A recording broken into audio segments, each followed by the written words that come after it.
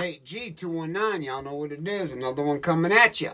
First, hit that like, hit that subscribe, hit that channel if y'all want to help out. Today, Merry Christmas to y'all. Yep, December 25th, maybe 8 o'clock, 8:30 in the morning. You know, that's the irrelevance for the day. But I do hope everybody's having a great Christmas. And they're with their families or loved ones or just happy. Just happy. But you know, this doesn't stop what I'm doing. So I'm doing another reaction. This is, of course, from, as you see, Readtheroomtv. This is another one about Pinocchio, aka Michael Thompson. Yeah, his real name should be Pinocchio, but his government name is Michael Thompson. But Pinocchio, you know, his nose grows as he lies. It's the only difference. This man's nose hasn't grown. It should have been, though. But let's get into it. So, after leaving the gang, you essentially pledged a vow of nonviolence? I did. And that basically means that you're no longer going to be attacking anyone, you're no longer going to try to kill anyone, and so forth. And I guess there was a situation with the Mexican Mafia, a hitman that actually attacked you in 2015. Yes. So what happened there? Well, unfortunately, I let him get behind me. But I'd worked a double shift, and I had a fella that was going to the parole board the next morning, and he'd asked for my help, so I was sitting on a bench with him, going over the paperwork, and the assailant came from behind me, did a roundhouse kick, hit me in the face, took me head over heels over the back of the bench. I went semi-unconscious, but he had a box cutter, and he reached in, grabbed my hair, reached in to cut my throat. I couldn't see, but I could still hear. And so in feeling his... Roundhouse kicked him. So the dude's a ninja with a box cutter. No, I guess you ain't got to be a ninja to know how to do a roundhouse kick, but if you've left the gang, you know you're a target. 100%. 100% a target. Especially this guy. He lied. He's told on people, testified. Just, he should have been on point. If I can't say that this one isn't real, but let's get more into it. Movements. He reached in to cut my throat at the windpipe and jugular, and I was able to block it. And he cut my ear in half instead. And second time in, he kind of choked up on my hair and reached in again. And I blocked it again, and he caught the back of my throat. He missed the anterior artery by about 1 centimeter. And then the third time, I got my sight back, so I took the weapon away from him. And waited for staff to respond after I took the weapon away from him. Okay. I'm not saying it's impossible to disarm somebody with a box cutter. But in my experience in prison, I'm not talking jail, I'm talking prison. A maximum security prison. I didn't see a single person with a razor blade or a box cutter. I saw people with bone crushers, swords, machetes. You know, some short ones, but solid steel. Not a box cutter. I'm not saying a box cutter ain't going to do the trick. But another thing is, anybody that puts work in or has put work in, there's a trick. There's a trick everybody knows. And what you do is, because you don't want just a thin piece of metal that it's going to slip out of your hands, especially when you start sweating or when Pinocchio's blood gets on it. It's going to slip out of your hand. So to avoid it falling completely out of your hand, you have it not only wrapped with some sort of fabric to help make a handle so you can grip, but you have that tied to your wrist. So if it does fall, it's real quick back at it. I don't believe this man's disarmed anybody in his life. Not from a knife, no. I just don't see how that could happen. Old Pinocchio's got some wild ones. As opposed to use it on. I mean, in truth, I thought about breaking his neck, but didn't, and just simply took the weapon away and waited for staff to arrive. In the heat of passion, if you've been stabbed, you've been poked, and then you disarm somebody, I thought about breaking his neck. No, I doubt you did. Doubt you did. You would have naturally retaliated because you're scared you're going to die, especially all the blood that you're leaking. I mean, you're scared that he just unalived you. Any warrior, self-proclaimed warrior at that, would have went right in, especially if he stabbed 16 people in one day at one point in time. So, and this right here was after that, because 45 years, and from what I understand, 37 of it was in segregation, protected yards, and all of that. So, first of all, I don't believe you, Mike. I don't believe you, not even a little bit. I think you're just a chump with some fairy tales, man. Maybe you read the history books of the Aryans and throughout all the country, and this is the history you discovered or something, because I've talked to some former Aryans, and man, even as former Aryans, they despise this man. They despise him. They would mutilate this man. And then the real Aryans?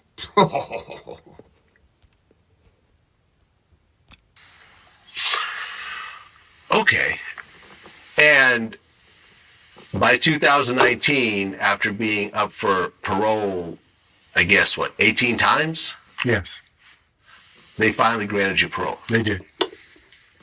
And was that a situation where you were attacked and you end up not retaliating? Was that part of the decision for them to actually grant you parole? I think so. I mean, that's coupled with the fact that at the time that was going on, my wife and I had started a group called Live, Learn, and Prosper in the prison.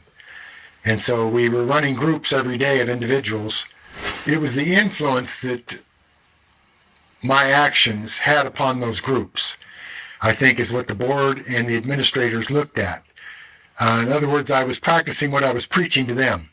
I was talking to other gang dropouts and other individuals and telling them that there were other methods available to them other than violence. And so in this one particular instance, that held true. And that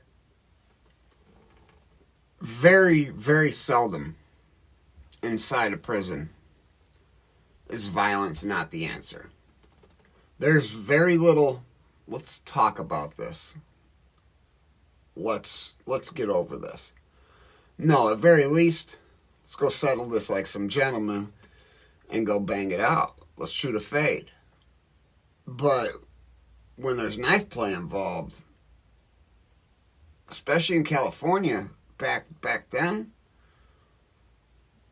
like you heard the one yesterday, he's saying that he had poked 16 people up, and I mean, everybody that knows anything about prisons, especially California prisons, San Quentin, where he had been. I don't know if that's where he did all his time at, but I know he had been there. It's a war zone. More people have knives and machetes than ones that don't. And taking a vow of nonviolence, absolutely. That should mean not being violent towards others. But when somebody brings violence towards you, especially trying to unalive you, There's only one response. Bring that violence back, especially if you so-called disarm the man. Take the knife. I'm scared. That's what you did. That example had a huge impact on the population. I guess their thinking was that if I could take a knife away from somebody and not use it on him, after he just cut my ear off and my throat, cut my throat, that they too could seek alternatives. Oftentimes people confuse a vow of nonviolence with pacifism. I'm not a pacifist. I want to make that clear. But see, not a pacifist. He's not a passive person. Meaning he doesn't just let things go. He doesn't just turn the other cheek. So what are you, Pinocchio? What are you? I want to know what you're going to be here when you go back to prison.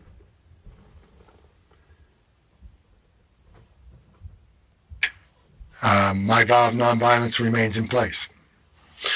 Well, at the time, Governor Gavin Newsom could have actually stepped in and reversed the decision. Yes, he could have. But he actually took no action and allowed you to get paroled. He did. You know, one of the things to note was around that time, there was another guy named Rene Enriquez, who was, I guess, more or less your counterpart in the Mexican mafia, who ended up dropping out and cooperating with the police. You know, he was actually granted parole several times, but Newsom would come in and actually deny it every time. Yes. Why do you think that was? I think it had primarily had to do with Boxer's history. You know, he wrote the book, I think it was called The Black Hand, and, you know, he provided information, testimony, and the like. But one of the things that he didn't reveal was that one of his crimes was statutory rape. And whenever you have a crime against a woman, particularly, and a sex crime at that, I think that's something that's looked on. I think, actually, that our society... Okay. He's not wrong about crimes against women, children, and stuff like that. But statutory rape could mean so many different things. And it doesn't mean you fiddled with a child. It means usually that you were 19, she was 16 or something like that. I'm not saying it's right, but I don't think that's why he was denied the parole. He was granted parole. Mike was granted parole because of cooperation and testimony. And that alone. And maybe the state didn't want another death because of the publicity and all the negativity that comes with it. But the only reason this man got out is because he told on everybody and testified on everybody. And that's that. It's not because he was attacked. They didn't care about that. It's only because of his testimony. And those who administer to our society will accept violence, although rape is violence. But, you know, like knife fights and being shot and shootings and the like that happen in prison, as opposed to a crime against a child or a crime against a woman. And I happen to agree with that. So that being said, you know, that one seemed a little more subtle and maybe more true than most of his stories, but besides it disarming somebody, I don't believe that for one bit. But vow of nonviolence while you're serving 45 years in prison. It's just not gonna be able to stick like you would hope it's planned. And if I took a vow of nonviolence, that does not mean I'm not gonna defend myself in any way, shape, or form, by all means necessary. My goal is to get home. And if it involves having to take somebody out in order to protect my own life, it is what it is, guys. But never forget life's choices, guys. Don't, because I mean, all you're going to get is a bunch of stories to tell on YouTube many years later. That's all you're going to get out of it. You're going to end up having mental issues. Just a lot of problems come with it. But hey, like I said, never forget life's choices. But hit that like, hit that subscribe, hit that channel if you want to help out. And hey, if they ain't hating it, you ain't making it. Peace.